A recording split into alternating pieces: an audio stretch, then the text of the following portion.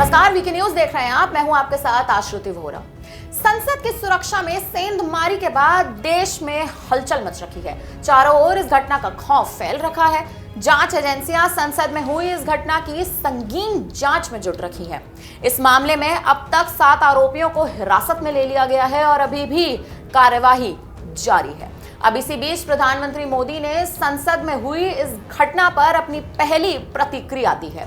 जी हां, संसद भवन में घटी इस घटना को अब 5 दिन करीब बीत चुके हैं और तब से ही प्रधानमंत्री ने इस मामले पर अपना कोई भी बयान नहीं दिया था, जो असल में एक चिंता का विषय बन चुका था।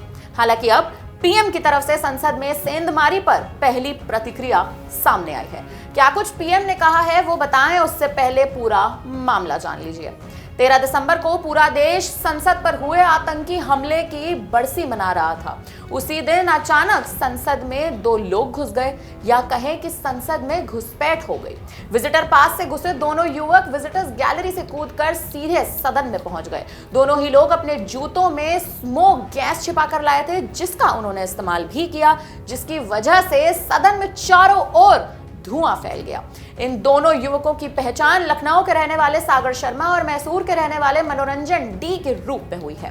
बताया जा रहा है कि ये दोनों युवक बीजेपी सांसद प्रताप सिम्हा की सिफारिश पर पास लेकर संसद में कार्यवाही देखने के लिए घुस गए थे। अब इस मामले पर पीएम मोदी ने अपनी पहली प्रतिक्रिया दी है।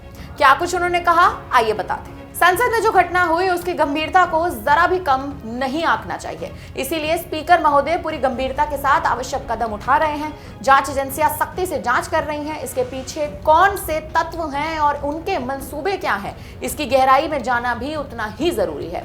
एक मन से समाधान के रास्ते भी खोजने चाहिए। ऐसे विषयों पर वाद विवाद या प्रतिरोध से सभी को बचना चाहिए। पीएम का यह बयान तब सामने आया जब संसद में विपक्षी खेमा लगातार बीजेपी पर हमला बोल रहा था, सुरक्षा में चूक पर सवाल कर रहा था। इन्हीं सबके बीच पीएम मोदी का यह बयान इस मामले की गंभीरता को साफ तौर पर दर्शाता है। बहरहाल अब इस मामले में मुख्य आरोपियों को पुलिस ने गिरफ्तार कर लिया है और इन सभी आरोपियों के खिलाफ यूपीए की धाराओं में एफआईआर दर्ज कर दी गई है। फिलहाल अब इस खबर पर और पीएम के इस बयान पर आपकी क्या राय है, हमें कमेंट करके अपनी राय जरूर दीजिएगा। धन्यवाद। वीके न्यूज, राष्ट्र के नाम।